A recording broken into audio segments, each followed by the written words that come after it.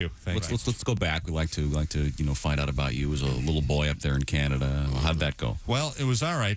We didn't have a lot of money growing up. Every comedian says that, but I really mean it. I remember one time, this is absolutely true. When I was a kid, all these other kids got to go to the Barnum and Bailey Circus, and I remember begging my dad, please, I want to go. All the other kids are going. He said, no, we just can't afford it. Tickets are expensive. He ended up taking us to this Bob Circus. It was actually called, no, this is true. Bob Circus. Yeah, and it was in a mall parking lot. And what a difference when you go to a cheap circus. They had things like, I remember the guy yelling, and now huge midgets. What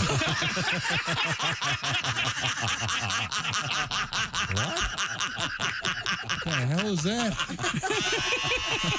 They stand 5'10". That's right. They're range from 5'8" to 6'2". The world's largest midgets. Look at them. Look at the size of these guys. Bunch of guys walking around. That is a cheap circus, I'm telling you. It was the worst. Wow. That was one Bob. after another. Bob Circus. It was Bob. Coming to a parking lot near that's you. right. I like it. Oh yeah. There was just one after another. The bearded man. What the hell is that? It was like they were just making it up on the spot. And we all just sat there stunned. We couldn't believe it. They had. I think they actually had the talking mute. Hi. Man, what the hell is this? How does he do it? He's amazing. He's a mute, yet he speaks. Dad, we go home. My dad made us sit through the whole thing. It was the worst circus. We had to sit there. My dad said, "I'd pay for this. You're going to sit through the circus and watch." And I think they had what else? Oh, they had the world's first stripeless zebra. It's a horse. A stinking horse, Dad.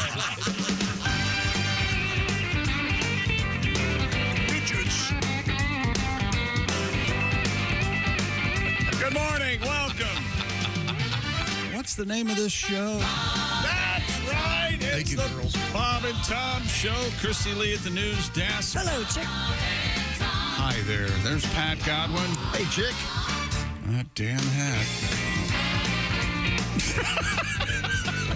It's a fishing hat. People are going nuts online, wanting to know where they get their own hat like that. Huh. Yeah, I saw it yesterday. I didn't see that coming. I know. You gonna tell us? There's Josh Arnold. I don't remember. Hello. There's Ace Cosby. Hey. I'm Chick. Here's Tom.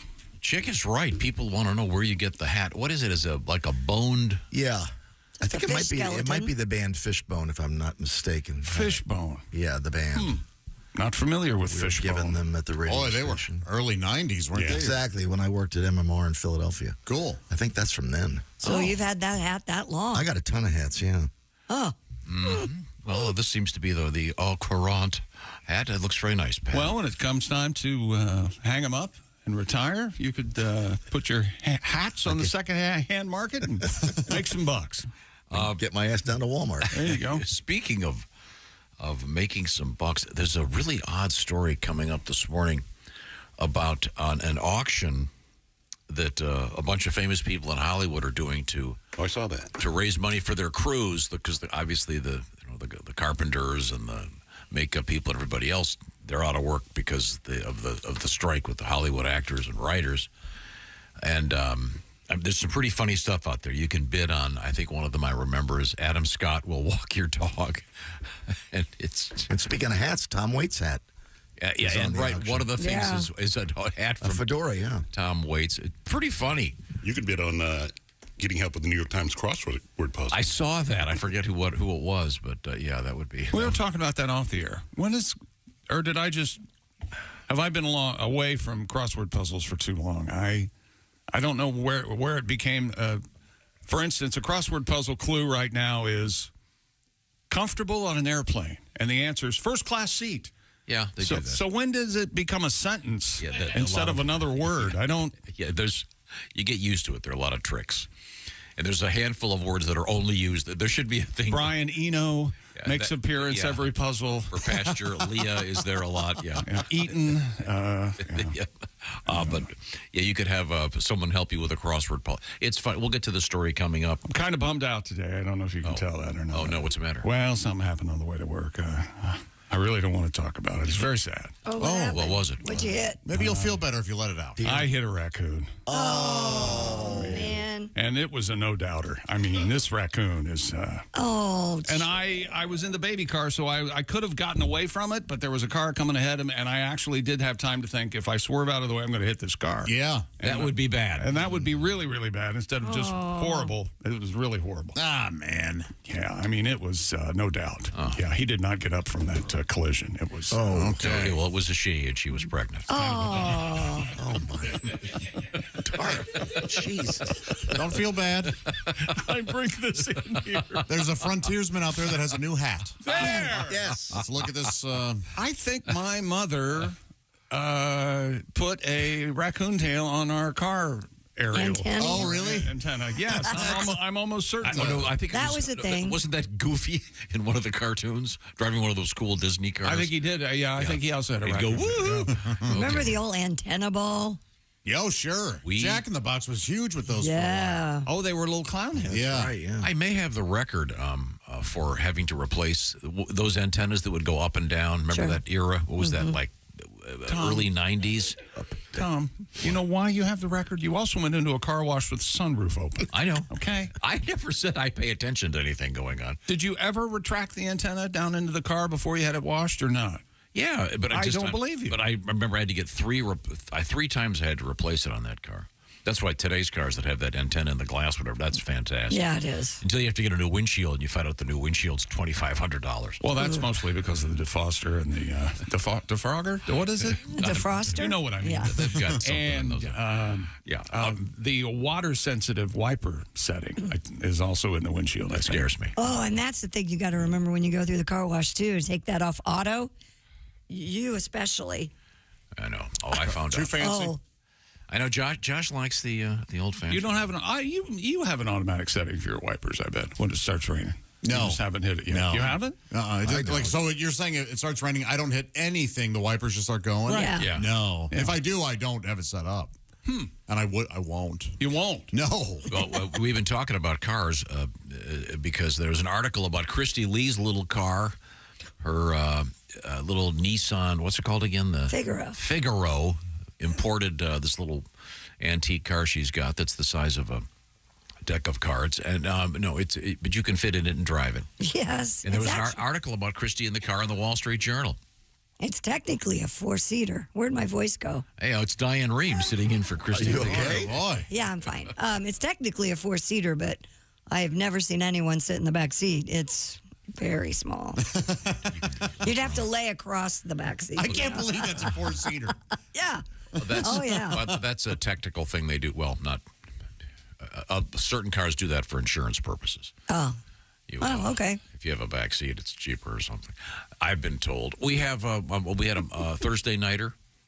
Yes, we did. Jalen Hurts ran for a pair of 1-yard touchdowns, throws a 63-yard touchdown pass to Devontae Smith. DeAndre Swift, wonderful name for a running back, 175 yards and a score. And the NFC champ Philadelphia Eagles hold off the Kirk Cousin Minnesota Vikings 34-28.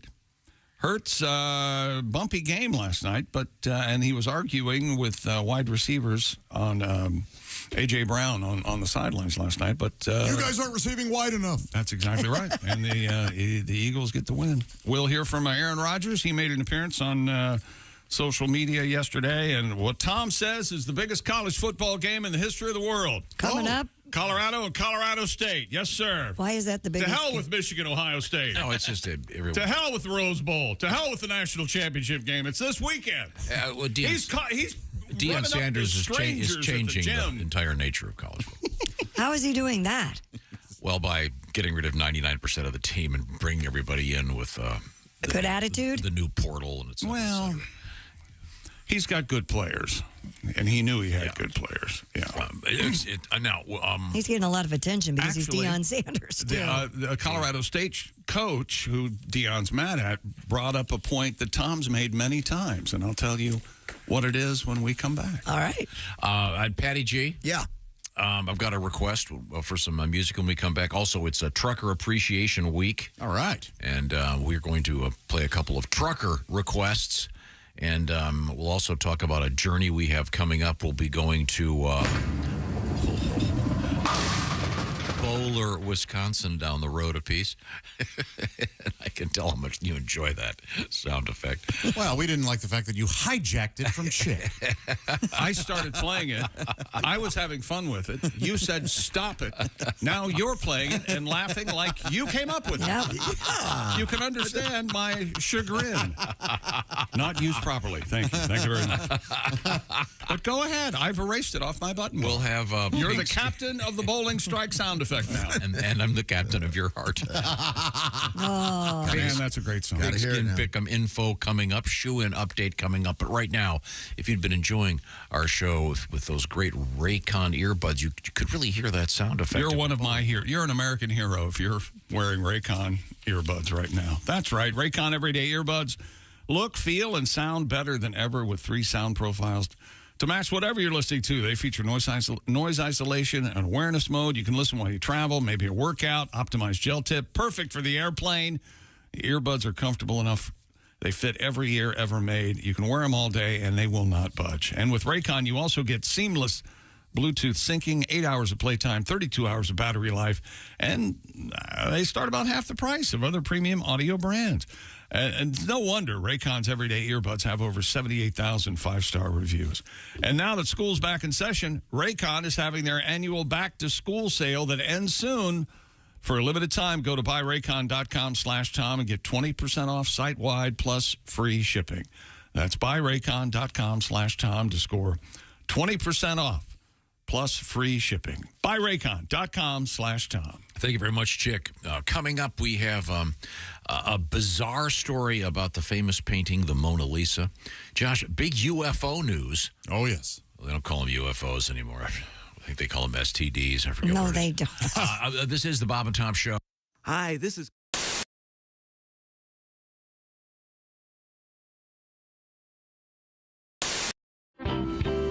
This is the Bob and Tom Show. Thanks very much for joining us. And we're doing kind of a musical chairs thing today. And, well, it's actually a musical chair right now because joining us in the studio, we have singer-songwriter, actor, and comedian Stephen Lynch. I throw in the actor thing because you spent a, how did you describe it? 9 months in hell. Sentence, was that the word you used? 9 months in hell is what I just heard. You were on Broadway. Do you want to give us give those that haven't heard about this the background on? The Wedding Singer. You portrayed the very popular Adam Sandler, Drew Barrymore movie about crazy kids in the 80s. Turned into a very successful theater piece. Very successful. Well, you did it for a pretty long time. Mildly successful. I mean, it was fun. But I had my toe on the trigger pretty much every day of the last 4 months of it.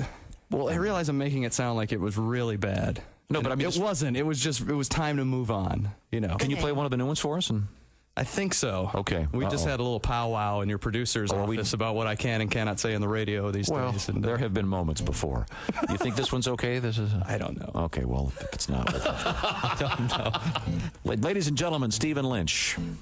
This is a song I wrote. I discovered, oddly enough, that I had an uncle, a great-great-great-great-great-uncle who lived in the medieval period.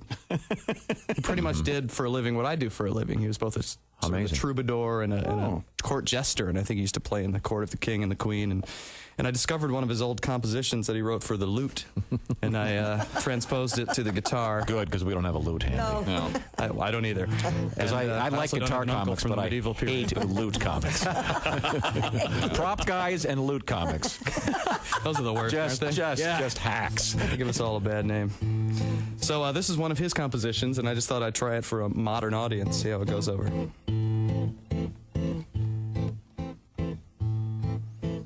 Come, fair lady, to mine bed we go, and verily sweet pleasures we shall know. Yet where thy belly meets thy limb, I beseech thee, give a trim, for thy bush doth overflow.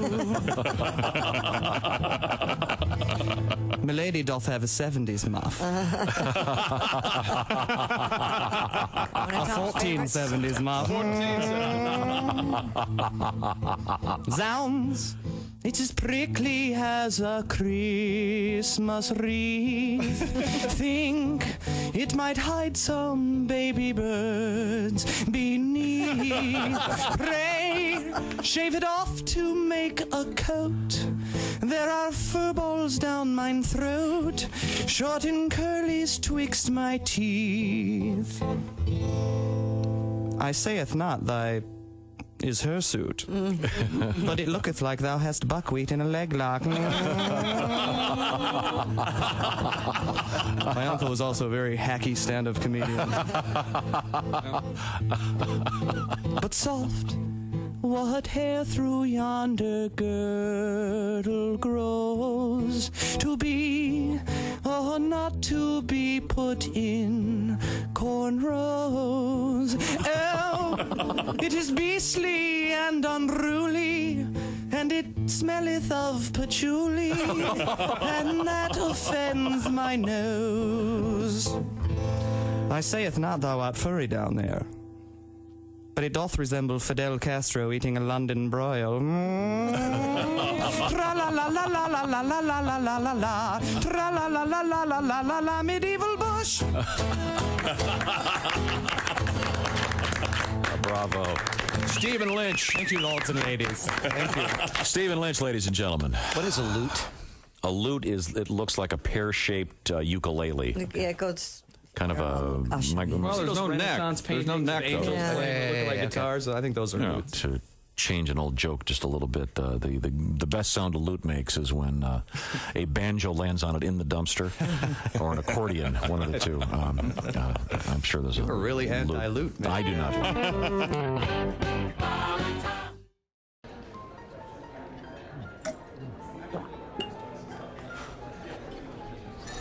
You took my breath away from the moment I first saw you.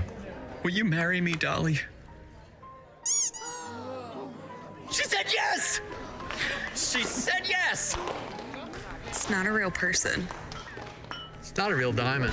Real, natural, earthborn diamond. For your real love, from a real jeweler you can trust. Steven Singer Jewelers.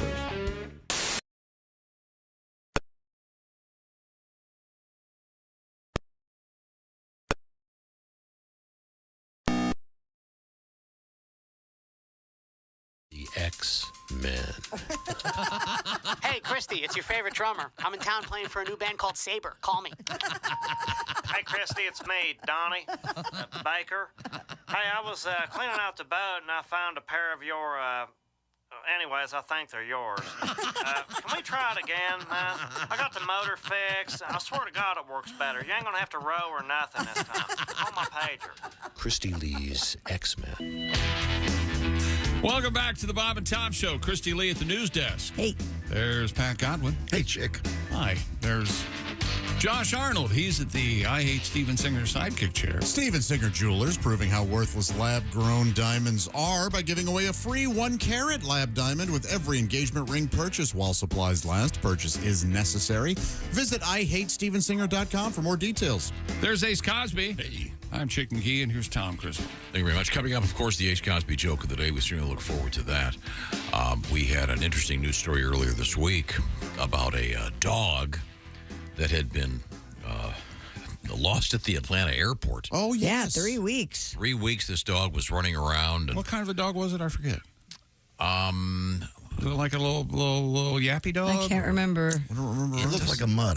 I saw a picture of it. Okay. Let me see if I can find a picture. She was coming from out of the country, right? And oh, little guy. Yeah. Yeah, kind of. Yeah, it looks like a little kind of black and white mutt. Oh. The dog got sort of stuck in this limbo because the owner of the dog was detained and had to be sent back to wherever. Yeah, her visa was rejected. So, but in the meantime, the dog had escaped and was just living at the Atlanta airport, and the dog is now, I guess, back home. But yes, Pat, you have a tribute to this little fellow. Yeah, this story is a mystery to me. Here's what I think really happened. Okay. The poor dog is loose out of his crate, wandering around the Delta gates. Could be lost like luggage going around the baggage claim. Soon it will be early dawn, and she's pissing by the Cinnabon. She wants a treat, but Auntie Anne's is close. Her owner got her visa canceled. She could be muling pills and crack again. Couldn't enter the States for reasons unknown. They caught the dog, put it back on a jet plane, sent home, probably smuggling cocaine. Details are sketchy. I think they're smuggling blow. That's how I think it went. I see. I think that's all actionable. None of that took place. The one thing you got right, the dog is a lady dog. Lady dog, yeah. Maya is the dog's name. Aww. And she's been reunited with her owner. Thank you. As in, my dog is still at the airport. Delta Airlines. They say the dog lived on scraps. And, What's the matter, you? And water, bottled water at the airport. So 3 weeks worth, $79,000. They are. Yeah. It's pricey at the at ATL. You see. You know, the Atlanta airport seems busy to me. Am I wrong on that? No, you're not wrong. It's a hub, baby. A hub. A hub. A lot going on there. What's all the hubbub? A lot of stores, a lot of restaurants. The plane train. You ever take the plane train at the Atlanta airport? Oh, I love it.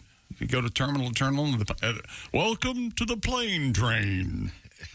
They try to make it sound fun. They do. That could be your next gig. The plane train. Would you like that? To be an airport announcer? To speed things along, I'm going to say yes. Up next, Terminal B. Yeah. I did that at a hospital once. Did all the announcements like when you would, there's no smoking within 800 feet of the front door. That kind of stuff. By the way, welcome. Weather and traffic on the 10s. Did you introduce yourself? No, This is Christy Lee with your announcement. Obviously, they were recorded, but yeah. Okay. All righty. Well, thank you, Pat. We certainly appreciate that. Now we have Chick McGee at the sports desk. What's happening over there? Had an NFL game last night. Jalen Hurts ran for a pair of 1-yard touchdowns and threw a 63-yard touchdown pass to Devontae Smith, and DeAndre Swift comes over from the Lions for the Eagles, runs for 175 yards, and the Eagles beat the Vikings last night at the Link 34-28. Al Michaels made a mistake last night and called it Veterans, wherever they played before the Link, the Eagles at Veterans Memorial Stadium or something, and people lost their minds. Give the guy a minute. Al should retire. Oh, come on. And then they all said, well, he was at the first game of the Link. He should know where he is. Sometimes. Retire already. Yeah. Give him a break. It's not me. I know. Yeah. I think it should work forever. Parenthetical to today's program, it would appear that the cap that Pat is wearing that people want to know about apparently is from the G. Loomis Company. It's a fishing gear company. Oh. And that's their logo. That's what we were being told. So if you like Pat's hat, there you go. Thank you, and now back to sports. Hello, all. This is from Nick. I recall Tom talking about having a urinal installed in his new home. That's correct. Just wondering if he's figured out how to work it yet, and is he enjoying it? Is it in the garage? Nick from Chicago. Oh, it's in the what do you call it? In the primary principal bathroom, but you can't call it the master bathroom anymore. Yeah. Does it have a handle or auto flush? It has a handle, Ace. But it's great because the way it's configured, I can grab the pipe above it, and because I'm always half asleep in the middle of the night peeing into it. So it looks like you're riding a merry-go-round? Yes, exactly. Thank you. That's fun. And then you'll love this. And then my builder he took a photograph of himself and he put it right there, so I'm staring at him all the time. It was a joke, but I've left it up because it's so funny. Yeah, you're right, though. It's like being in a merry-go-round. You hold that thing. It's just. So your urinal is installed at the standard height, then? Even though your builder is. It might have thrown off the installation. If he wanted to use it, he'd need a stool. Yeah. Yeah. I'll tell him you said that. He'll find that very amusing. I have not seen him for years. Really? And I'm okay with that. Okay. New York Jets quarterback Aaron Rodgers. He's okay, America. He's okay. He said on Instagram yesterday he had surgery to repair his torn left Achilles tendon on Wednesday, but he tore the right one. Whoops. So we'll try again tomorrow. The doctor said... Should have marked it. Rogers' post yesterday included a picture of him smiling in the standard blue surgical cap and gown in his hospital bed with his left foot clearly bruised. No mention of him being Jesus Christ in this post. Okay. As he initially said, he'll be back. I will rise again. He did not say that during this post. Rogers out for the season after tearing his Achilles tendon, the fourth snap of his debut for the New York Jets. That's sad. It's a shame. Good luck to him. You say so. I think it'd be. I really was looking forward to seeing what happened. Well, maybe next year. You found out what happened. Well, he's 39 years old. Rehab is going to be difficult. Yeah. What about your dream of Tom Brady coming back to playing for the Jets? Wouldn't you love that? That'd be fun. Would it? I saw the short. How do you think Tom feels about Tom Brady? It'd be a kind of a Hollywood like story. It'd be fun. You think they're going to have to? Are they going to get somebody, or are they going to? I think they're going to have to get somebody, and they keep saying it's Zach Wilson's team, and he learned a lot from Aaron when they had him there practicing. But given how Zach Wilson played last year and getting Aaron Rodgers, do they play Sunday? Yes, they play. Who are they playing? Dallas in Dallas, 4:30. Yeah. For those of you who remember, over the weekend, Dallas beat the Giants 40-0. Yeah. However, the Jets have a much better defense than the Giants do. So Yikes. We'll see. Now, there were some sports picks made by one Chick McGee. I don't think there's any reason to go over those until I get above 500. Is that all right? The shoe-in of the week. Those are posted. I'll make it easy. Sure. By the way, the Chick picked against our winner of the Bob and Tom Pigskin Pick'em Week 1. We have a winner, and we will be. It was from Rockwall, Texas. Yeah. Why do I remember where he's from, and I don't remember his name? Michael Fullington? That's correct. Very nice. Boy, you have a great memory. I'm trying to find the. Okay, here we go. And then obviously, week 2 has started. So for all the details, go to bobandtom.com/contest. At stake each week is the Big Green Egg Mini Max. Now, yesterday, as Tom, as he goes through the world, he was. You were at your gym. Would you care to tell everyone what happened at the gym? Some poor lady was trying to either leave or enter the gym. She was just trying to work out. Yeah. And here he comes. Oh, God. With a story and a conversation. No, I can't Tom, really tell the take whole it from thing. Here. No, don't tell the whole thing. Is it the lady that I'm thinking of? No. She said she was going to Boulder for the weekend. Oh. Wow. So I said, are you going to the CU game? Obviously it's a big game in college football. Colorado is what he's talking. Yeah. Yeah, Boulder, Colorado. And she was completely unaware of anything that happening there, and wasn't aware that Deion Sanders was changing the entire nature of college football right now. Well, of course she wasn't. Not everybody cares. I don't care, and I know. So, why would you accost a woman? I didn't accost her. Did you know this woman at all before you started talking stop to her? you? I'm sorry. Before you started talking at her, did you know? Did you know this woman at So all? go up to a strange woman and go, "What are you doing this weekend?" You did. Good for you. Oh, Well, wait a minute. It's someone I know in passing. The only way you can say this is you were trying to bang her. Oh my God! Hey, baby, I heard about Deion Sanders. Want to hear want to see my Deion Sanders? Oh, I'm so sorry I brought it up. That I suit will is never nearly speak you up here see-through. again. I violated my rule. Let's. And she was actually too busy this weekend. Evidently, it's some sort of holiday for her. So let's just move forward. We have a nice record. And Happy New Year to you, too. In the world of truckers, because it's a Trucker Appreciation Week. This comes to us from Kara, K-A-R-A in Iowa. My husband and I both own semis. My husband's 96 Freightliner FLD 120 Classic. 2,496,000 miles on it. Yes. Well, so I still say it's the frame that we're celebrating. Okay.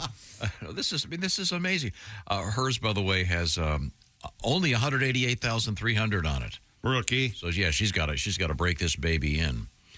By the way, she says her maiden name is Swinger. Oh. Or Swingin', sorry. Swingin'. Her name is Swingin'. Mm-hmm. Then she says, parentheses, I am not a swinger. Maybe she's like swing dancing.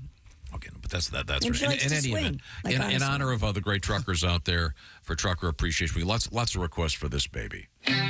Oh, 1, 2, 3, 4, 5, 6, 7, 8, 9, 10, 11, 12, 13, 14, 17, 18 wheels on a big rig. Everybody, here we go. Oh, there's 1, 2, 3, 4, 5, 6, 7, 8, 9, 10, 11, 12, 13, 14, 17, 18 wheels on a big rig. And they're rolling, rolling, rolling, rolling, rolling, roll. Okay, let's back them up. Here we go. Oh, there's 18, 17, 16, 15, 14, 13, 12, 11, 10, 9, 8, 7, 4, 6, 5, 4, 3, 2, 1. Wheels on a big rig. Okay, just the even numbers. Oh, there's 2, 4, 6, 8, 10, 12, 14, 16, 18 wheels on a big rig. Yeah. And they're rolling, rolling, rolling, rolling, rolling. Okay, just the odd numbers. Here we go. Oh, there's 1, 3, 5, 7, 9, 11, 13, 15, 17 wheels.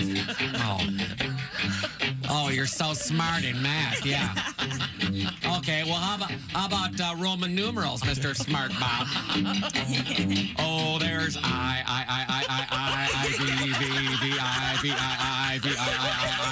X, I, X, I, X, I, X, I, V, X, V, X, V, I, X, V, I, X, V, I, wheels on a big rig, and they're rolling, rolling, rolling, rolling.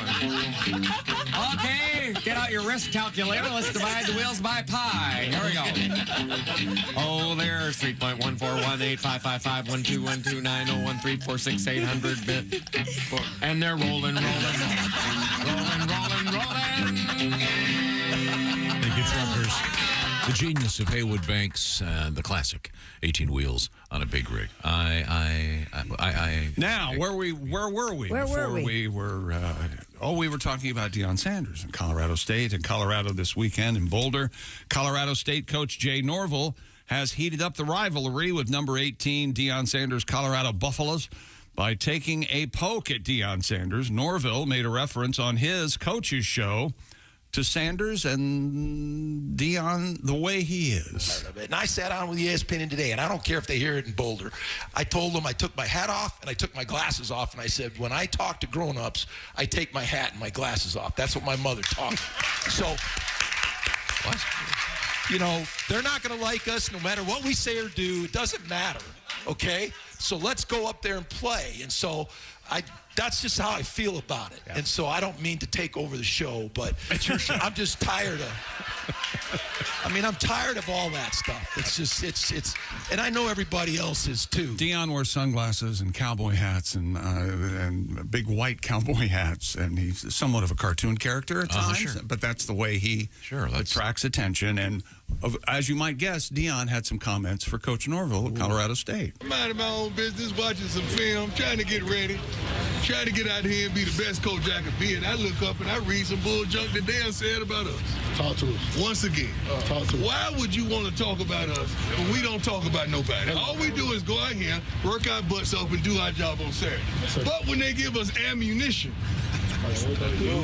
they done messed around and made it what? It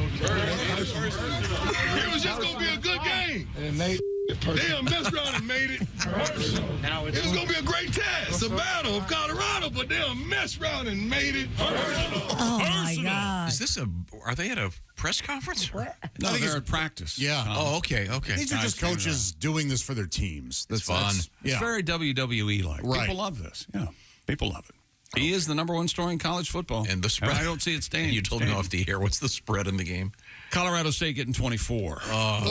Which is kind of standard in this time of year in college football. The big teams play the little teams and this, that, and the other. But Colorado last year was one of those teams that would have gotten 24 until Deion showed up. So, okay. Well, they're going to have fun. That'll be a fun weekend for all involved. 10 o'clock Eastern kick for that Colorado State. Oh, really? Yeah. Get all little brunch ball. Get all drunked up and watch the game. Mimosas. Go get him, Deion! No, 10 o'clock at night. 10 o'clock at night, right? Yeah. Oh, I'm sorry. I was thinking. Yeah. You can have a brunch at night. Yeah, you can. I'll explain something to John. You see, as you go west. You know what? I'm going to have a mimosa 10 o'clock Saturday night watching this game in your honor. There you go. I like that. All right. Clothed. Former Indianapolis Colts quarterback Andrew Luck is now coaching high school football while studying at his alma mater, the Mercury News.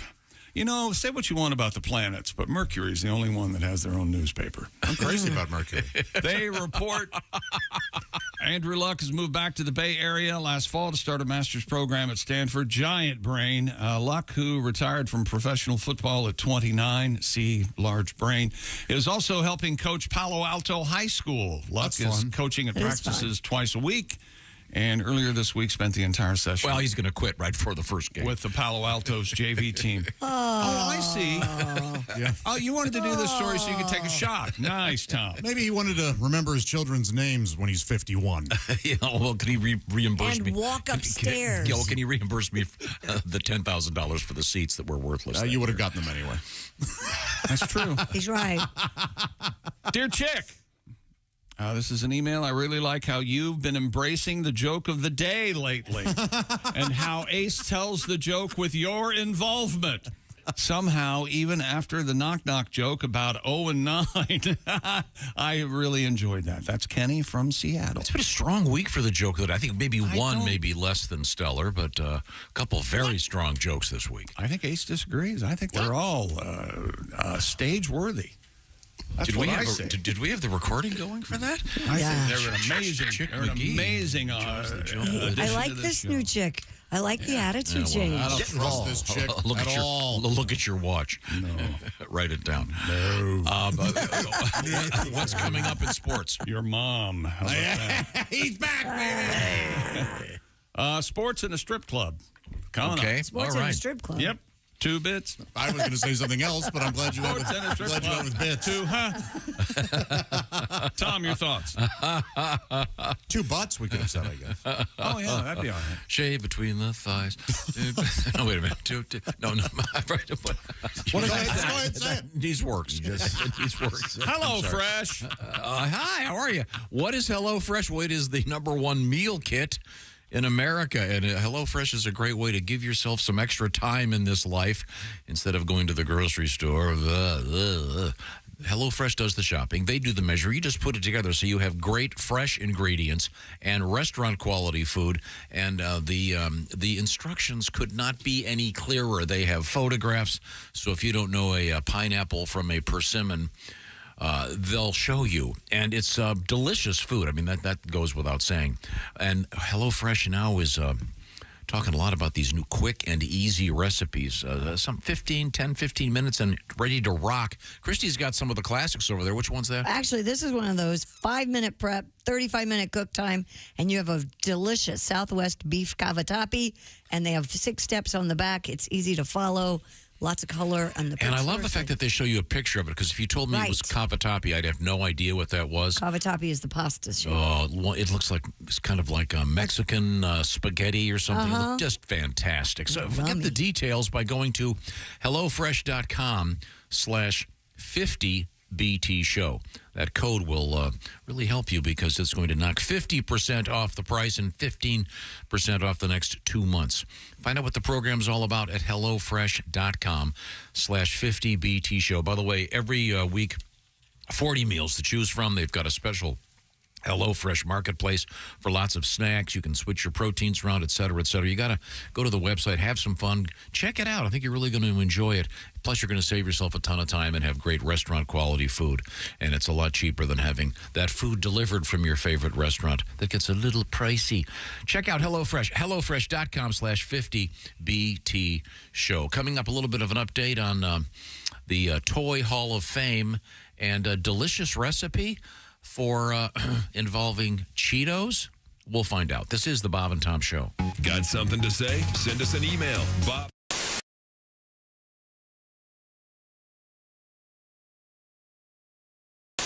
Haywood, is there a song that is your most requested song? I would guess it would have to do with the toast thing. Toast, which I... How about Fly's Eyes? That's only one of the first ones you ever did on our show. Fly's Eyes? Do you know that one? Yeah. Really? Kind of. You going to get through it all the way? Well, probably not. Don't jinx them. I'm not going to jinx them. Start the betting. $20. Over/under's 3 mistakes. I know Josh has $700 right now. Yeah, he's $700. When do I get that? You want to bet? You want to bet $700? No, I'll just take the Double or nothing? I'd say 700 he doesn't make it. If there's a problem in the song, you will hear this sound. Okay, go ahead. That's not the right That's sound. not the right That's sound. the right sound. No, sorry. If there's a problem in the song, you will hear this sound. There you go. Okay, go ahead. Oh, yeah, this is what? Fly's eyes? Turn her Yes. up. Okay, good. Turn her up a little bit. I'm looking at the world through flies' eyes, looking at the world through flies' crowd eyes, loves looking at the world through flies' eyes, and you can just buzz off. Well, I think I'll buzz in the front door. I think I'll buzz around the back door screen. Think I'll buzz around your face, and then I'll land on the potato salad. Buzz, buzz, buzz, buzz, buzz, buzz, buzz, buzz, buzz, buzz, buzz, buzz, buzz. Soulfly. I think I'll land on the horse manure. I think I'll land on the poop du jour. I think I'll land on a squash possum. And then I'll land in your potato salad.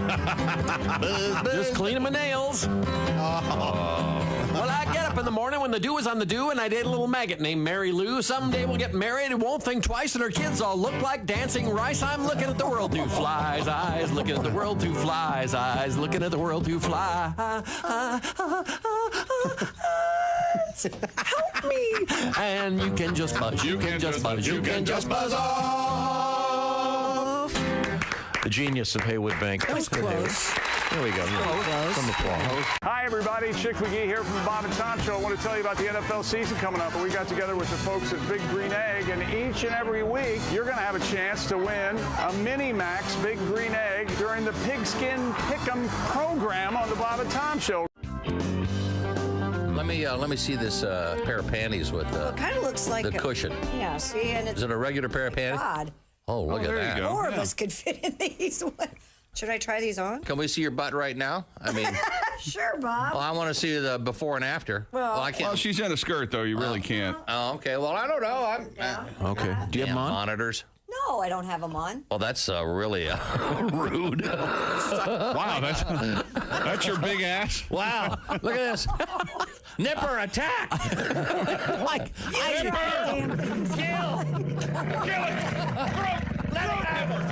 Get him, do you have them on? No, your ass looks very nice. You don't need to put them on. That's not what you That's not what you said. No, You see, implied she had a big ass. no. All right, we need a before of Christy's butt.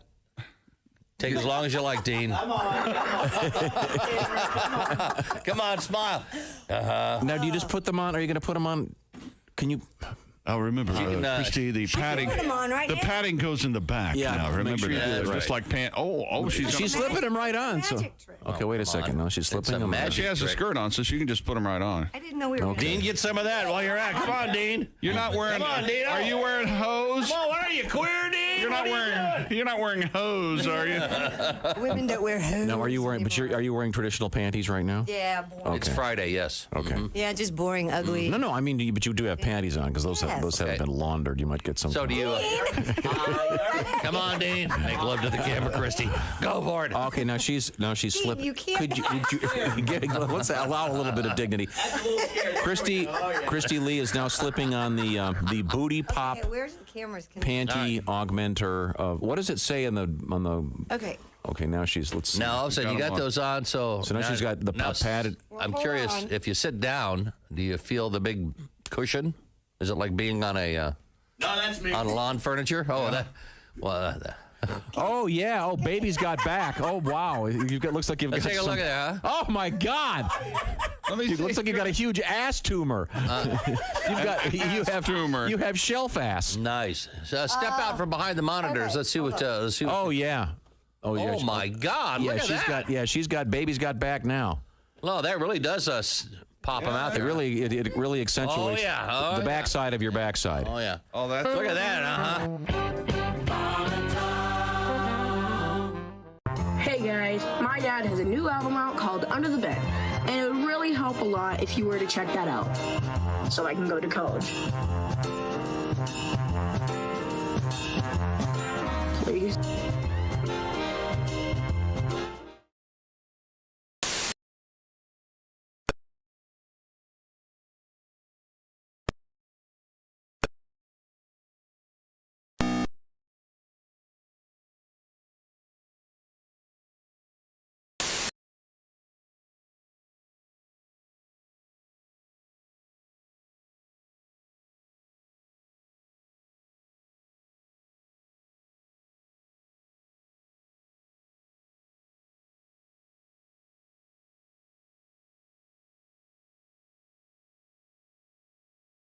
right?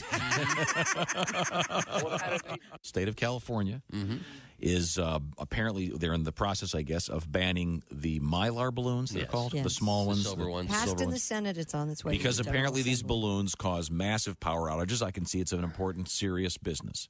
But when in the course of learning about this, we found out there actually is a group called the Balloon Council. Yeah. This is someone's job, someone's life. They have to take it seriously. I'm sure there are a lot of issues with balloons. Oh, I'm sure. Nothing to laugh at. Oh, yeah. It's a serious organization. Oh, absolutely. Dear Bob and Tom, writes Gary. I want to know what every other American wants to know. What is the Balloon Council doing about inflation? Oh. Ladies and gentlemen, Gary, thank you for your letter.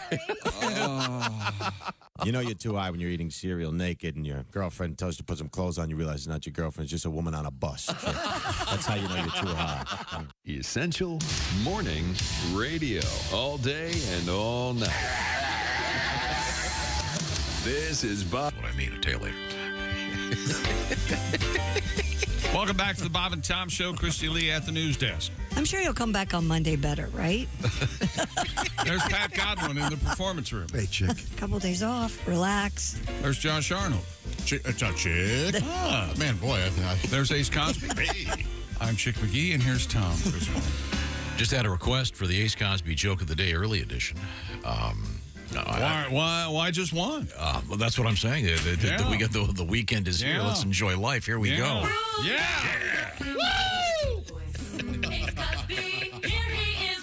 Joke of the day. Hey, Chick. Yeah. What do you call a mallard in a ski mask? What do you call a mallard in a ski mask? I don't know, Ace. What? A Robert Ducky. That was Ace Cosby's joke of the day. Oh, man.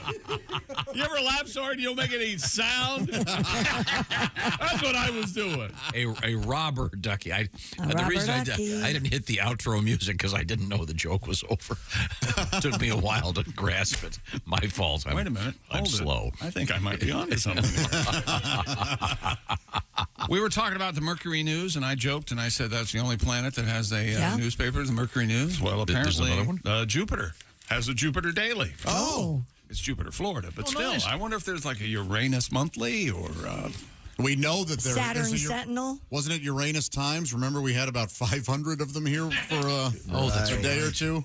Oh. The mayor of Uranus. He sure was. That's right. He bestowed his presence I on us. managed to miss that show.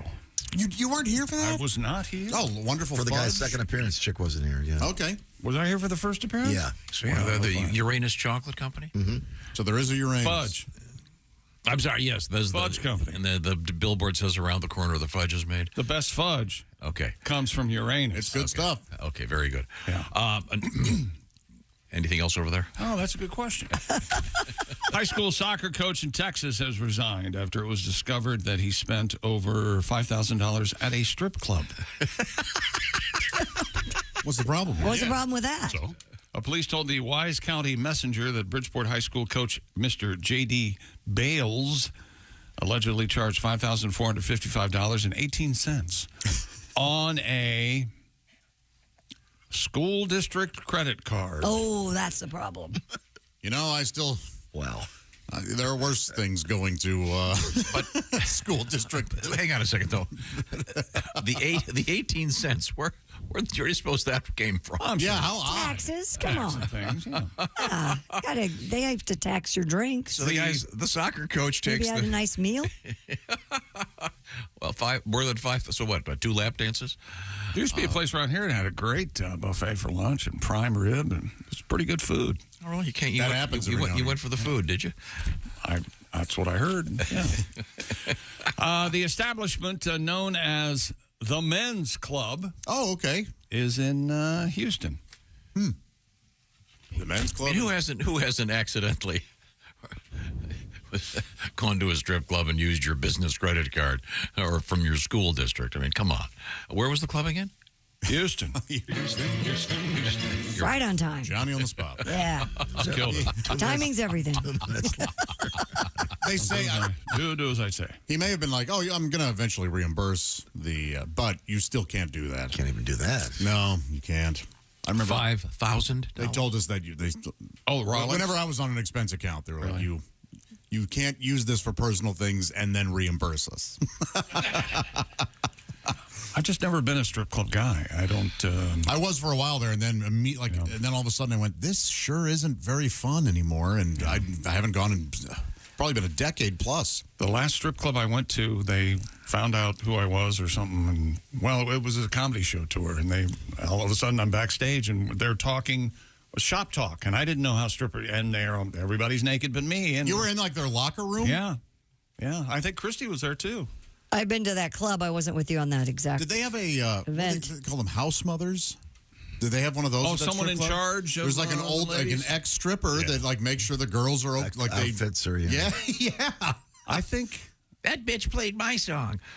There's apparently. As you know, there's a lot of that. Yes. I think Ace is or was or will be a big strip club guy, right?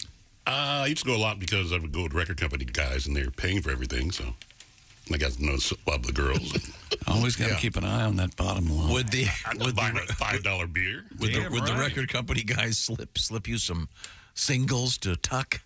Well, they would buy the what do they call them? The house money. Oh yeah, you pay $20. Some places you get that. Oh, like a buck of 20 for $12 or something. Well, that takes all of the like Disney dollars. Yes. House money. Yeah. God, that just takes. Not that there's any romance there, but that just really. So we'd be sitting there with like $1,000 worth of bills, and the girls would come over. And yeah. Oh God, you got house money, like Monopoly money, tucking it. Just sad. So when the ladies cash it in, I have actually never tucked. Oh really? Never tucked, huh? Well, actually, you know what? I don't know that I have either, because you would do is I would just put on play 'em stage if I was sitting there. Yeah. Or if they were sitting at the table, just go. Okay. In any event, this soccer coach at a high school team spent the soccer budget at a strip club. $5,000 that's a party, man. I don't know. $102 on soccer balls. Let's see. $27 in athletic tape. Wow. $5,200 on strippers. What's this? The men's club. You never mind what that is. Okay. It's where men. It's where men go to. Well, here's the men's bathroom. Oh, that's right. In this building, there's a place called the Men's Club. It's a different restroom. Yep. Have you ever been back there? Yeah, I didn't care. I used it's it nothing once. like it used to be. It used to be really nice. It's like a 75-year-old toilet. It's the original toilet the from the light building. was kind of blinking. I hated it. In a concrete bunker. Yeah. There's an unnatural aroma. Yeah. Okay. What else is coming up in sports? We'll stay with Peoria, Illinois, and pumpkins in sports. Okay. Stay with me. Is it Pumpkin Chunkin'? No, not Pumpkin Chunkin'. Okay. But once again, I urge you to check out the Pigskin Pick'em competition, bobandtom.com/contest. Each week, the Big Green Egg Mini Max at stake, and you could be a winner. So pay attention, have some fun. Also, we have the shoe-in picks posted from the Chick McGee Shoe-in of the Week, week 2. Coming up, it could be our last world record. It's so bad. Oh, okay. Are you kidding? No, not I love this one. Oh, it's a great. It's there a you really, go. really good one. There's proof in the pudding. This is the Bob and Tom Show. Thanks for listening to the Bob and Tom Show this morning. Catch any part of the show you missed later today on our YouTube channel.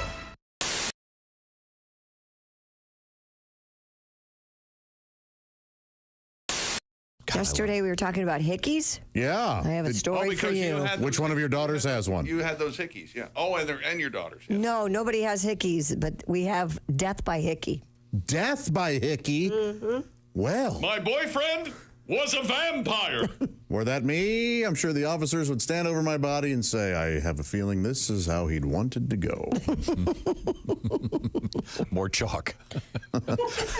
Yes, because I'm so gigantic. Oh my God. One stick one of of the chalk fattest things I've ever would done. never be enough. We had to use a whole box of chalk to outline his. Look at him. He had to take his headphones off, lean back, and he's screaming with laughter. He's just an awful person. I wish I were an actual Sportsasaurus. I could rip your body, your limbs. More chalk. Lucky number 6. Man, if that weren't funny, I'd be so mad. You know what, Josh? I ate all day yesterday, and I really feel good about it, so screw it. You know what? It doesn't matter. I was just trying to lighten the sad picture we all had of Josh lying there, dead. Oh. Maybe lighten the mood. You know, I think that's even more insulting. He's taken an insult to you and tried to spin it into a positive. Oh, yeah, that's what's insulting. Good God. It's literally just water. Mouth it. Mouth it? Has that been throwing you guys off? Like, I've been told that when I drink out of bottles that I really, like, wrap my whole mouth around them or whatever. And I'll be honest, I have no idea what people are talking about.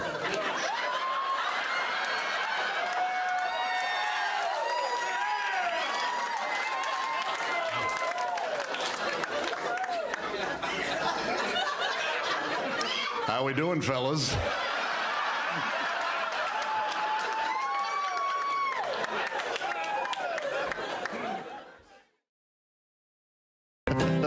I'm just getting ready.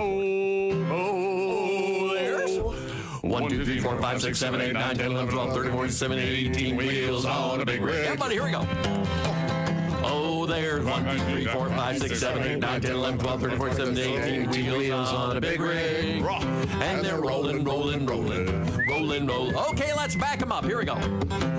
Oh, there's 18, 17, 16, 15, 14, 13, 12, 11, 10, 9, 8, 7, 4, 6, 5, 4, 3, 2, 1. Wheels on a big rig. Okay, the even numbers. It's an easy.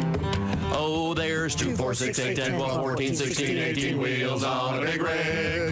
And they're rolling, rolling, rolling, rolling. Okay, by 1.5. Here we go. Oh, there's 1.5, 3, 4.5, 6, 7.5, 9, 10.5, 18 wheels. We on a big rig. And they're rolling, rolling, rolling, rolling, rolling. Okay, the odd numbers. Here we go. Oh, there's 1, 3, 5, 7, 11, 9, on a big rig. And they're rolling, rolling, rolling, rolling, rolling. Math is hard. Okay, Roman numeral. I'm here. I'm ready for this one. All right, go. Oh, there's I, V, V, V, I, V, I, V, I, X, X, X, I, X, I, X, I, X, I, V, X, V, X, V, I, X, V, I, X, V, I, wheels on a big rig. Very good. Roman, Roman, Roman, Roman, Roman, Roman. Okay, Roman numerals backwards. Here we go. No. Oh, there's XV, I, XV, I, XV, I, XV, X, IV, X, I, X, I, X, I, X, I, X, V, I, V, I, V, I, V, I, V, I, wheels on a big rig. And they're Roman, Roman, Roman, Roman, Roman, Roman. All right. Zowie.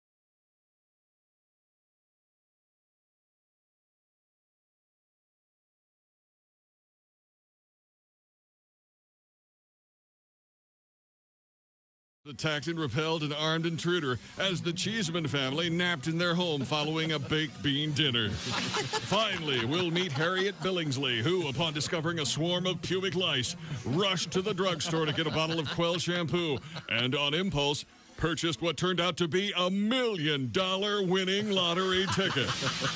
Join host Dick Verman tonight for Miracle Pests. Miracle Pests, only on Bob and Tom Television. Bob and Tom 24/7. It's not on air, it's online. Bob and Tom 24/7. And then I was going to talk about washers and dryers, how the new washers and dryers are going to email us and text us when a load is done or a lint filter needs to be changed. Brilliant. Yeah, that's a good idea too. I don't know, like we don't get enough emails from people. Now I got to talk to my appliances. That's the last thing I need. I'm out to dinner. Oh, who keeps texting you? Oh, yeah, my dishwasher's pissed off at me. The fridge thinks its door is open. The cable box is on. The whole house is angry. I got to get out of here. Enjoy your dinner. That's great. Is that true, though, about the texting appliances, or is that a premise? Guaranteed. No, that's absolutely. I read about that, and I was so excited. I'm like, I'm gonna get this on the Tonight Show before everybody else starts doing jokes about washers and dryers. And of course, I forget it, and I sit down and Jay goes, "You'll do it next time. Don't worry about it." That's a great joke, though. That's so Jeff Rothband is our guest. Jeff is a fine comedian. I actually had to do that once. What? Be a pallbearer, and that, Oh, my that's God. heavy. Yes, that's a it's heavy job. Yeah, I actually had to go to a funeral, and I was asked to be a pallbearer, and I always a pallbearer. Never the corpse. This is Bob and Tom 24/7. Comedy, guests, Bob and Tom exclusives, and it's here on the internet. Tom, we sent you. Thank you. Welcome back to the Bob and Tom Show. Christy Lee at the news desk. Hi, Chick. Hi there. There's Pat Godwin. Hey, Chick. He's over there in the, just sitting there. He's got a guitar. He's got an organ. He's got a keyboard. Well, we can get a song from him right now. What the problem is, there's Josh Arnold. He's the I Hate Steven Singer sidekick chair. Hi there. There's Ace Cosby. Howdy. I'm Chick McGee, and here's Tom Griswold. Well, Christy, if you're not feeling well, go home. No. I'm fine. I wasn't feeling well yesterday. I sat through it. I'll sit through it today. Well, I don't want you to be sitting in it. From what I understand, it's I have a doctor's appointment at 10:30. So okay. All right. Okay. You have to get up in there, huh? Okay. If you don't feel well, you're more than Thanks. welcome to. You have a hot water bottle? No, but that'd be nice. You think your doctor has to see a doctor after you've seen your doctor? Probably. Yeah, I would think. Okay. Yeah. Now, we're going to get a song out of Mr. Godwin in just a few minutes. But are we going back to the sports page? Morton High School in Illinois is set to unveil the best alternate helmet in the history of the world. Maybe, but certainly in high school football for this The weekend. fighting table salts. Morton's. Just outside of Peoria. Sorry. Are you okay? Yeah, I'm fine. You squirt a little? No. Not this time. Morton High School, just outside of Peoria, Illinois. It's the Pumpkin Festival, and it's the pumpkin capital of the world. It population, is? Yep, population of just under 20,000. Now, I grew up a town close to London, Ohio, called Circleville. We called it Round Town. Yeah, you did. And they had their own pumpkin festival. That's what the one I'm familiar with. But apparently this Morton, Peoria, Illinois, the Morton High School, they had pumpkin capital of the world. And each year, the second week of September, here we are. It started in 1967, welcomes more than 75,000 visitors over the course of the weekend. Wow. Morton High School's mascot, they are the Potters. Here's the pumpkins? Here's the, that's the cartoon depiction of he's an angry clay pot. He's a strong man. Before they focused on canned pumpkin, Morton housed the largest kiln pottery industry west of New York. I see. Okay, sounds like fun. And here is the Morton High School mascot. I love him. Oh, yeah. He looks like the live mascot dressed up in the Potter outfit. Kind of a pothead. Well, no, not that kind of Not that kind of pottery here. Now, tonight, the Potters are going to wear brand new helmets. Can you tell? They're gray helmets. They have on the side of the helmet, it's a spooky jack-o'-lantern. A spooky jack-o'-lantern face. Nice. Is that not the coolest thing you've ever seen? Badass. That is cool. There. Oh, geez, where'd it go? But anyway, there you are, Morton High School. I love it. I love pumpkin festivals. Love everything fall. Have you redone your house for fall yet? Do you have a pumpkin outside? No, I don't have anything outside yet, but the interior is, yes, it's all coming along. Mm-hmm. It's all falled out. Halloweened and falled out. Yes. I was walking the dogs last night. One of my neighbors already has the whole thing, ghosts, everything already up. Really? All right. Yeah. I think that has taken a giant leap forward with the giant displays with the ghosts and the skeletons. That's They're fun. like 2 stories tall. Yep. It's terrifying. We were at the Halloween store yesterday. What's scarier than a ghost, Chick? A giant ghost. A giant ghost or a giant skeleton. We could all be there. There's a giant skeleton inside of all of us. There sure is. What about that, Tom? Mine's not giant. Tiny, tiny bones. And as I understand, it's a little under the weather. Yeah. Possibly some diarrhea. Oh, sorry. Do you need a bigger bone? I don't have that problem. I have the opposite of that problem. Okay. Sorry. And guess what time it is to talk about again today? What? The gentleman swimming the Hudson River. Why? Again? Unless he died. If you don't want to get yelled at like I got yelled at, you'll play along. So all right, well, but let's just recap for everybody. We talked about how he's going to finish it. That's right. We talked about him finishing it. Right. What's next? The 53-year-old endurance swimmer completed the 315-mile swim of the Hudson River. I think we covered this, but... Well, there's more information here. Yes, there's more on information. This, a 4-hour show. Yes.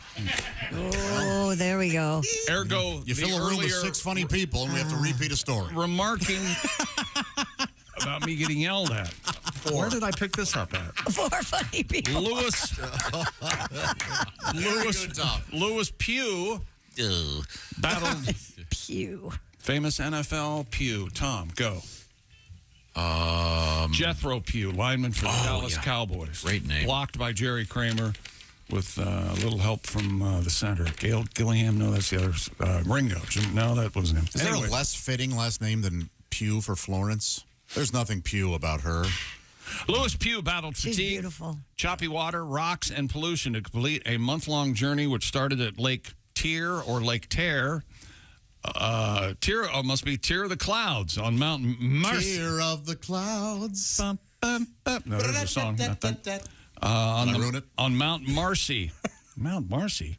And finished at the lower tip of Manhattan. Wait a second. Aren't you going to do your Marcy Playground bit? I really enjoyed that yesterday. I'll wait until Monday. We do the story again. Do you like sex and candy? Something smells like it. Do you like sex and candy, Joe? I smell sex and candy. Yeah. You like it? That's what I tried. Sure, I like it. At the same time in the same place? Why not? Little cowgirl in a Reese's Pieces cup? Or no? Yeah. Let's do it. No, you can have Reese. You can have Reese cup. Yeah. Reese cup with Reese Pieces in it. You can. And Pew, Speedo cap, goggles, blah, blah, blah. Pat? Yep. There we go. Oh, this is wow. Just say he has a song. You're missing the whole point. Here's the part that's new. I bet it's not. What's new? At the beginning of the swim in the Adirondacks, the river's too shallow to swim. This guy had to run along the bank of the river with enough rocks to create what he called a high-consequence environment, meaning that if he fell, he could kill himself. Yikes. What? Just this guy's... Well, that doesn't count as a swim. Absolutely not. That's hard. What this guy did is harder. That's actually... Yeah, he's trying at least run in the riverbed, not on the bank. It is funnier to run in like 2 feet of water. Yes. That's real hard.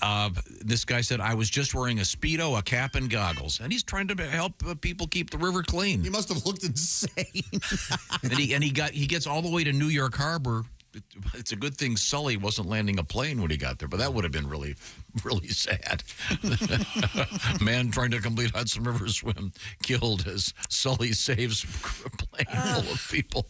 Nobody talks about the birds that Sully murdered in cold blood. Yeah, it was his fault. They flew into his engine. And the other part of the story, since Chick's not going to read it, this guy solved a cold case because he bumped into several corpses in the river. Not on here. Not on here. You have a song, Pat? Let's hear from Mr. Pugh. I tell you why I do what I do. The water's brown, it should be blue. We treat our rivers like portalets, and the Hudson is the worst I've seen yet. I'm gonna swim 315 miles. Oh, I did it today. Swam the Hudson River in the filthy water, just past a bloated floater. And a 2-headed otter. I swam the Hudson River. I think I swallowed a little water. Christy, I'm feeling pretty ill like you now, baby. Won't you take me to a doctor? Take me to the doctor. Woo. Oh, thank you very Mr. Pugh much. there. Thank you, Mr. Very Pugh. nice. Very good. Yes, and you can see it was the importance of bringing that news story back. Yes. Sure. Hey, this is cool. That would be I mean, that's a really difficult It is thing important to do. keep our waterways clean. Very good. No doubt. I thought you were going to. It is important to keep mentioning this man. 315 miles. Tom, how old is this guy? 50 Okay. something. Wow. 53, wasn't it, or something? Yeah, you're right. 53-year-old. And this guy's done a whole bunch of other endurance swims in the course of his career. I see. Why haven't we covered those? Well, I know he swam across the Red Sea. Oh, well. Someone's famous for, walking across? Yeah, you can split it and then walk through. Yeah. I don't know why you swam. That'd be cool. Yeah, why doesn't he just start running through water instead of swimming? Is that sports? No, Tom, it's sorry. not. Okay, I'm just asking. I need to tell you about Simply Safe. Okay, go ahead. The design-it-yourself, do-it-yourself home security system. You did it yourself. I did, and there's a brand new revolutionary home monitoring innovation from Simply Safe. 24/7 live guard protection designed to help stop crime in real time. Now, when that intruder breaks into your home, Simply Safe professional monitoring agents can actually see, speak to, and deter them through Simply Safe's new Smart Alarm wireless indoor camera, stopping them in their tracks.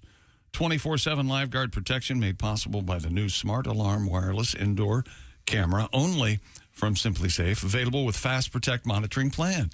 The only indoor security camera that can trigger the alarm and instantly deter intruders with a built-in siren. And of course, you could install it your way, the way I did. I did it myself. Or it took about 30 minutes. You can have a Simply Safe expert set it up for you. Either way, it's so easy to protect your home. Your home's your castle or your compound. And now, for a limited time, get 20% off your new system when you sign up for Fast Protect monitoring. Visit simplysafetom.com today. That's simplysafetom.com. And remember, there's no safe like Simply Safe. Thank you very much, Chick McGee. Coming up, Christy Lee at the news desk. You want to give me the teaser, Christy? Sure. We'll get to our first dates and single parents. We have an auction to benefit those who are affected by the Hollywood writers' strike. And we have an update on that strike, too. And if you love Cheetos and cake, we have something for you. Mm-hmm. Oh, and another world record, I believe. This is a really good one. The worst one ever. I'm excited about it. This is the Bob and Tom Show. Hi, you're listening to Bob and Tom Radio.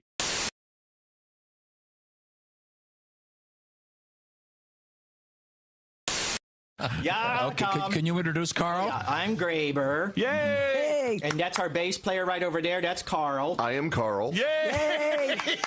That leaves, of course, our drummer. And I am Barry. Barry. Hello, Barry. It's so nice to see all of you again. Hi, Barry. We've been on a tour of the world for the last 15 years. Well, that would explain. Now, how far have you gotten? Well, we hit Lancaster, we hit Ocean. Okay, that was 98. Intercourse. Right. And let's see, then in 99, we took, must have been over the Greenville, Ohio. It's the electric Amish, and Then in 2000. Okay, All right. we don't need the whole world. We have a limited amount of time here. No. You asked. Don't leave anything out. So, fellas, I know you've got a couple tunes for us. As a matter of fact, we've been hearing rumors. I don't know if you guys have heard about this. We heard rumors that your own Christy Lee is dating an Amish fella. That's That's correct. a rumor. That is true. She spends weekends churning butter and putting up barns. Yep. Yeah, that's what we're hearing. We've heard a lot of people bragging about dating Christy, but it turns out this one's actually true. He used to live up around us, and we heard the rumors, found out it's true, so we wrote a little song about the situation. Oh boy. With Brother Daniel. Love to hear this. People. Are you ready? All set, Graber. 1, 2, 3, 4.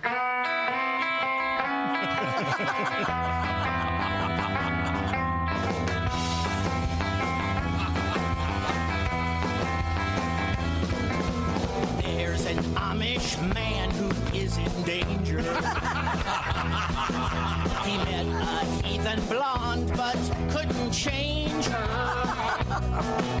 Her name is Christy Lee. It's obvious to me. Odds are they won't be in church tomorrow.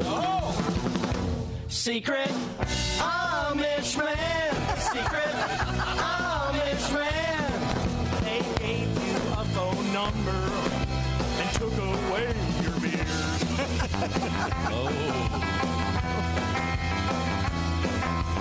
We all told him don't date fancy ladies. You're asking for a one-way trip to Hades. But she must have begged him, please. Probably got down on her knees. And odds are neither one of them were praying. Secret Amish man. Secret Amish man. He's plugging in his tool now and stopped doing things by hand.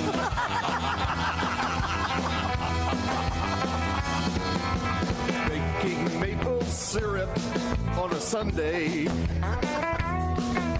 Then reading news fits Bob and Tom the next day.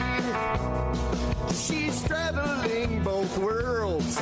She's a half-cocked Amish girl. Christy Lee keeps begging for it both ways.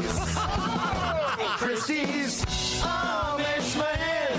Christy's Amish man. He's filling up her pie hole. She's polishing his wood. Oh my God. Well, there you go. That didn't Christy's Amish man.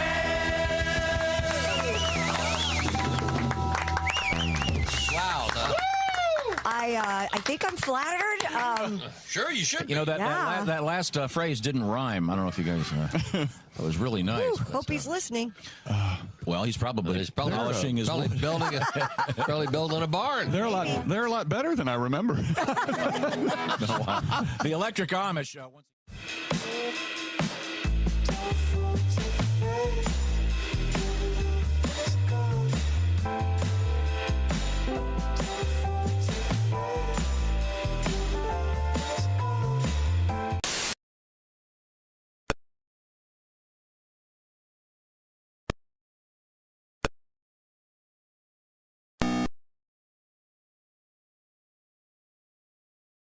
Oh, why'd I do that? Have you ever heard Bobcat's Bono? I haven't. I can't do it, but yeah. I bet you can enough to make us go, oh my God. No, but so he called. You mean he heard you doing your Bono and he called you? Yeah, he was very nice. And then I saw him. I was at Dodger Stadium, or no, I can't remember what stadium it was.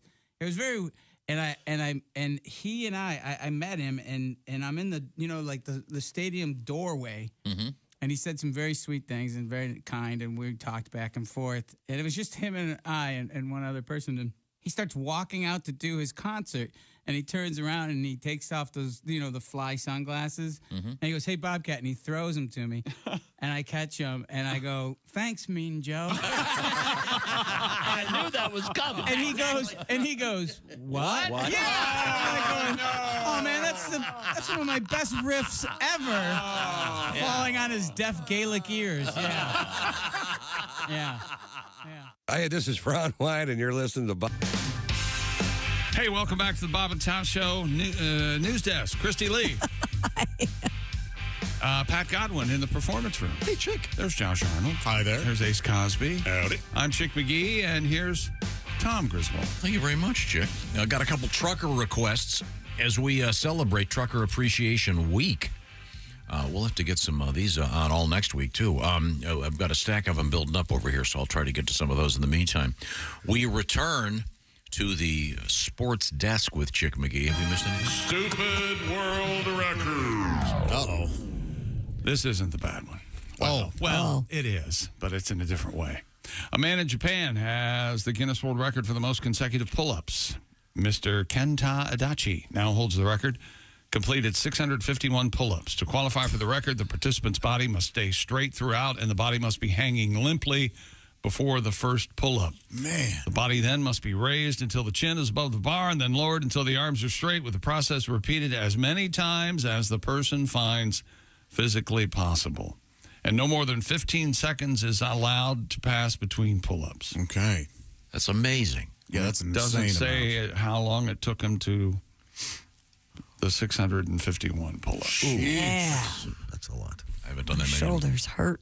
Haven't done that many in my life. Oh. Good for this guy. There. You about ready for pull-ups, though? You mean the kind you wear at night? Yeah.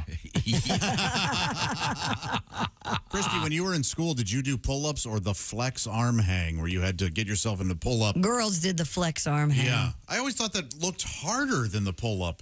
Yeah, I was not an athlete. I could barely do Now, that. the pull-ups, technically, your palms are facing away, right? Yes. Yeah. Otherwise, The it's a ones where curl up? Curl up. But curls, I understand, are easier. I don't know. I've been told that anyway. Pull-ups are hard. Well, with you today, I mean, you can barely pull up your pants, poor thing. That's not the problem. We are It's getting the opposite of that. We're getting many texts and emails congratulating you and your husband Andy on the birth of your first child. Yeah. Because it is that morning. would be a miracle. It is morning and you are sick. Yeah, that would be some kind of miracle. If you're not feeling well, please go home. No, it's just inconvenient. Okay. All right. Right. She figured, why not, when she's feeling full of S, why not be with a bunch of people who are? Right. What's the difference? Oh, I see. So the problem is the opposite of yes, I've said that twice. No one's listening. Sorry. So you don't need the cork. You need the... no, I need... The speculum. Sorry. Another one. Oh, wow. World record. This is World Record Day. And this is the one that you're saying is just the one to end all? Yep. All right. A massive, says here, bovine okay, from Massachusetts has broken the Guinness World Record for the tallest living steer. This thing is gigantic. Okay. All right. Measuring in at 6 feet, 1 inch tall, the 13-year-old purebred brown Swiss steer named Tommy was confirmed as the official title holder. Mr. Fred Ballawender owns Tommy. His daughter, Lori, says Tommy was named after Tom Brady, who at the time was the quarterback for our beloved New England Patriots football team. The goat steer is named after the goat quarterback. Okay. Isn't this a sweet story? This thing looks like a cartoon. It's so big. In constant pain. There's a guy standing next to it, and this God's thing mistake. towers over it. I think it's freakish. Never-ending agony. A beautiful animal. Constant headache. Someday it'll be a giant steak. I don't barely know. walk, aching joints. Okay, all right. Thank you very much. Is that sports? Yes. Okay, thank you very much. Yes. Hey, Lucky, this is what you farted for. Wherever you go, whatever you do, always be a good sport, Christy. A Brazilian makeup artist has recreated, the famous Mona Lisa. This version of the Mona Lisa is made of potatoes and lettuce. It's amazing. It's amazing. Potatoes and lettuce. That's potato salad.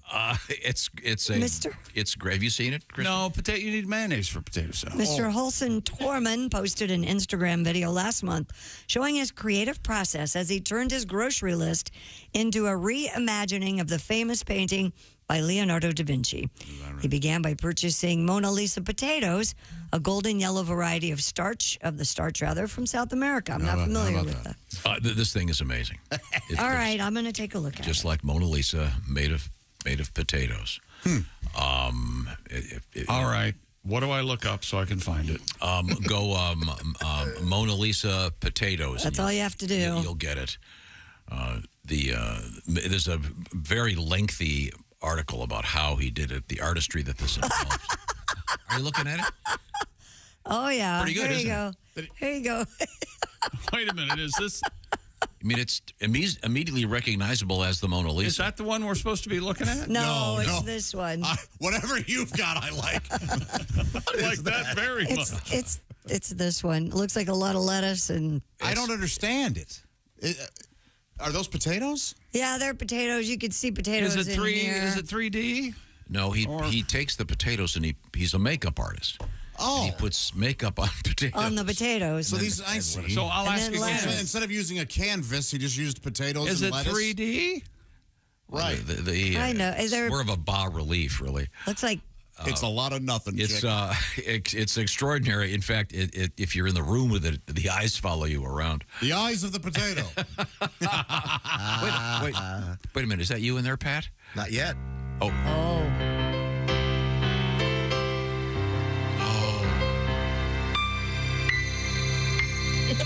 Good one. Thank you. Mona Lisa. Mona Lisa. Lisa mashed potatoes. Like the painting, but your smile is one French fry.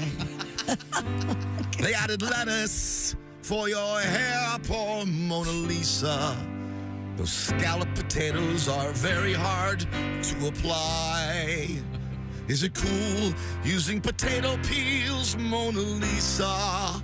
Or just a stupid attention-seeking work of art? There, I hit the right note. I mean, as a makeup artist, he does do a beautiful job, but you can see it's very small in size. But then the real Mona Lisa is very small as well. So, Yes. yeah. Thank you. Nice little tribute to Nat King Cole. Oh, sure. Really good classic Mona Lisa. Thank you, Pat. That was very nice. French fry for a smell. I think it's fun. I mean, Mona Lisa made of potatoes? No? It's not for me, but I'm glad the world seems to enjoy it. Yeah. Nice, sweet diversion. I mean, when you see it side by side, he is really you can paint hit the anything on it. face. You can paint Mona Lisa on my balls. It'll look good. Okay. There we go. All right. Monday morning. It's going to be very awkward. Usually I call Jess Hooker and say, Jess, we have this recipe I'd like you to make, but this week, no, it's not a recipe. Can you paint? No. Josh wants his balls to be painted to look like the Mona Lisa. I know it's tiny. Admittedly. I mean, there's a little bit of. It was interesting. I'll give you credit for that. There's a whole video of this guy doing this. Yes, there is. Oh, well, maybe if I watch that, I'll. You can watch the video of him making it. Wow. You didn't say that. Talk about burying the lead, huh? In honor of Cheetos' 75th anniversary, the brand known as Milk Bar is collaborating on a 3-layer birthday cake with the Cheetos people. Really? The confection is composed of Milk Bar birthday sponge cake, sprinkles, birthday cake frosting, and a cheesy cheddar frosting flavored with Cheetle, the official Cheetos dust we've talked about before. The limited edition cake is already sold out online, Josh. A lot of fatties out there. I wonder how Don Cheadle feels about it. Yeah. Cheetle about that, yeah. Cheetle. It's It's a Cheetos dust. It's becoming the new bacon. It's in everything. Yeah, it really is. Yeah. We keep hearing about it. I don't think I would like this. I'd give it a try. Why not?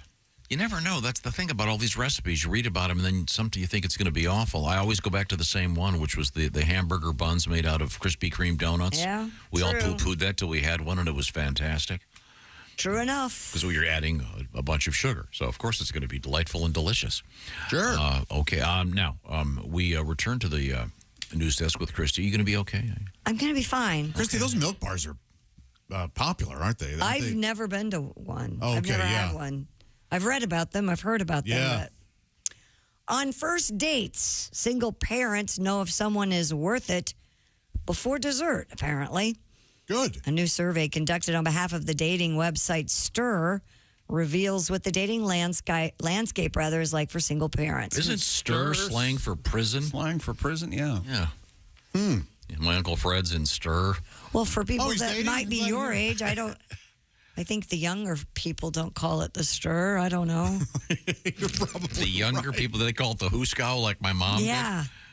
The poll of 2,000 single parents found, on average, single parents know within 38 minutes into a first date if they will want to go on a second date. I'd like to. Do they divide it by sex? And they know within 55 minutes if they would be interested in having sex with that person. Now, men know within 55 seconds. Yes, that's exactly right. Really? Yeah. Women would, yeah. They want to talk and find out about your life. I can't. Tom, 55 minutes is a long time to come up with all those lies.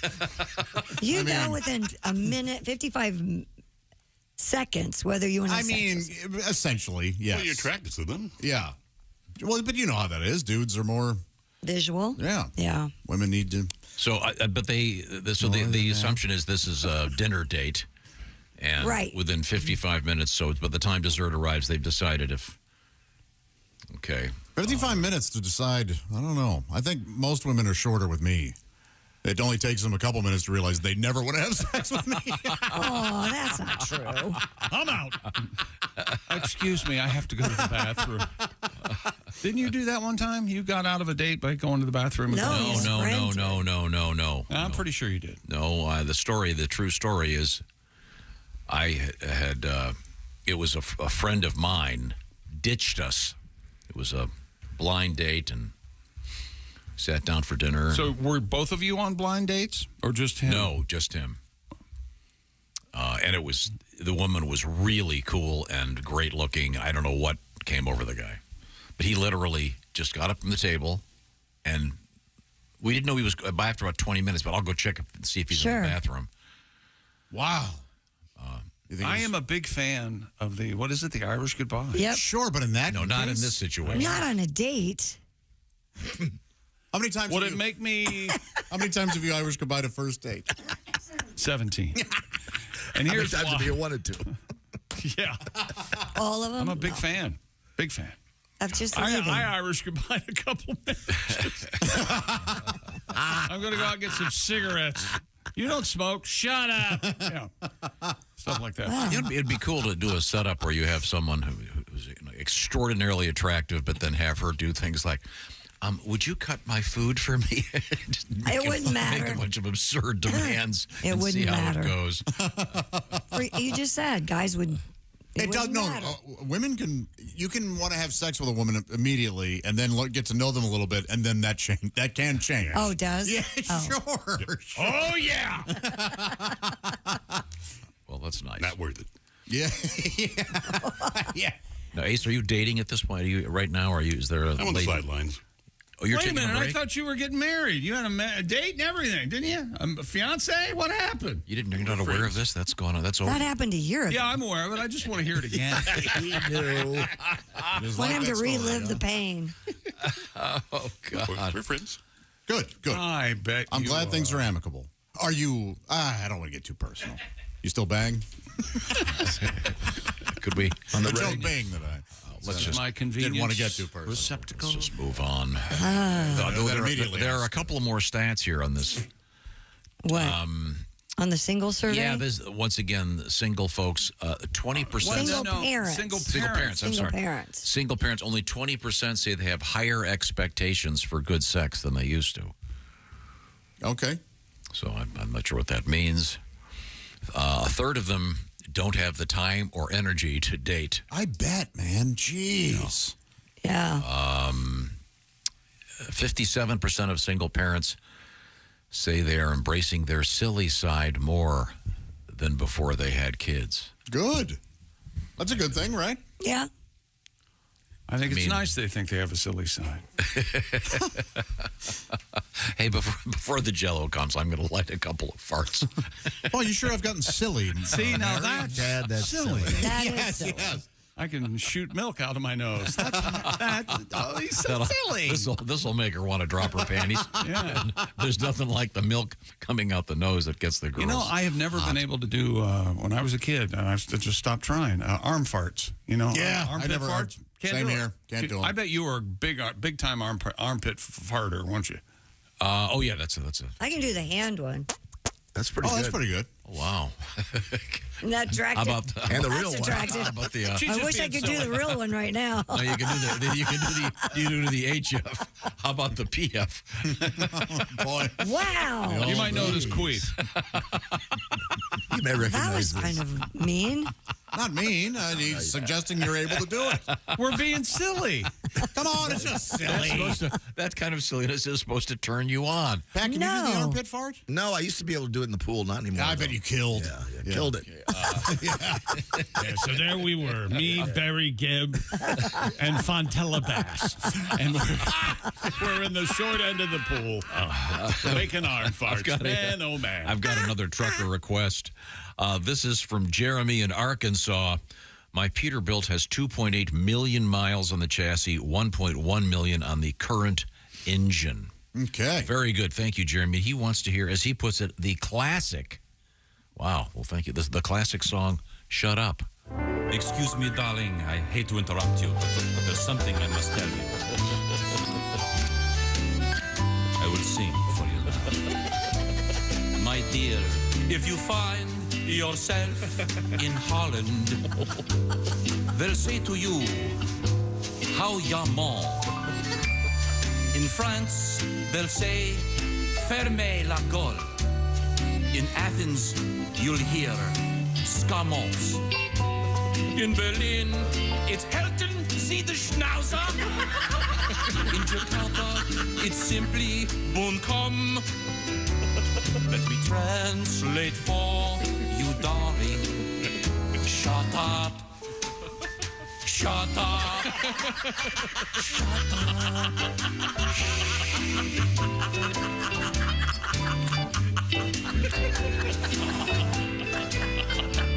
Has there ever been a topic on which you don't expound?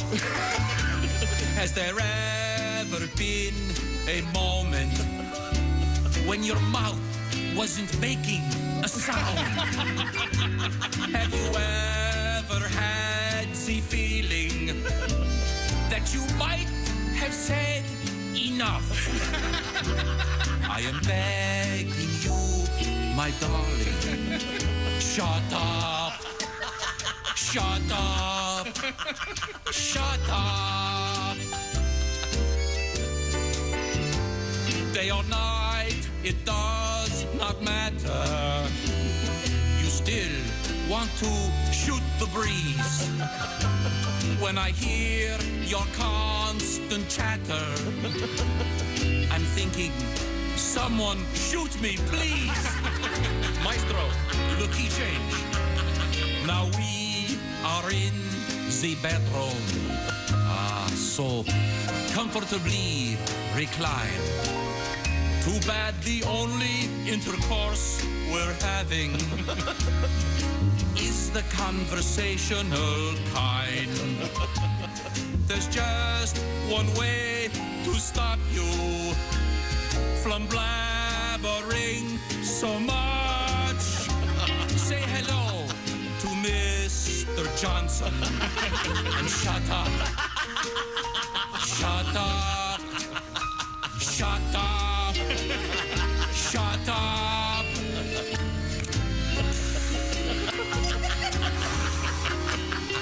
Shut up. Thank you, Maurice. Maurice Chevalienis. And Royce Campbell on the guitar. Thank you very much. Very nice. Thank you, Royce. Probably somebody's taken off his resume. Yeah. Very good, very good. Now, coming up, Christy Lee, you got the news teaser over there? We have some animals in the news. We have an alligator chasing Girl Scouts. And they're peanut butter inside. And when you hear how big this alligator is, yikes. We have 20 rattlesnakes found in a garage. No, thank you. And we have a lemur that was on the loose in Missouri. Okay. They're cute. They are. They're very cute. We'll find out about that. I always get lemurs and meerkats mixed up. And I don't know why. Lemurs have the really long tail. I still get them mixed up. Also, Fair we enough. have something for Josh involving the NASA. Did you see the whole NASA. thing about the UFOs yesterday? Sure. Important stuff. It's interesting. We'll get to NASA and UFOs. Oh, are you going to be believing in UFOs? Is that what I'm hearing? If they keep calling them UFOs, I'm on it. But they're using a new name. It's like changing the STD thing. Really Well, didn't they bothers me. find some sort of cadaver in Mexico, an alien? Did they put that was in Peru. Yeah, I put it out a couple They of were really something. Did you see them? Yeah. They looked like Happy Meal toys from Yes. We'll find out. This is the Bob and Tom Show. Hey, thanks for listening to.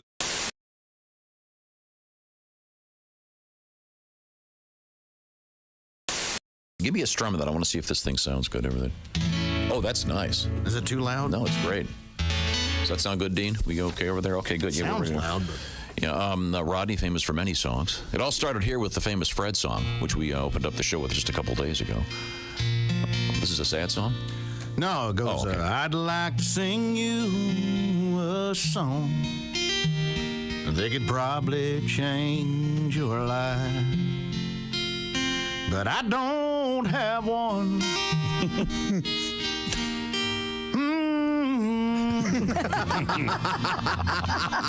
She don't have a boyfriend, and she don't really care.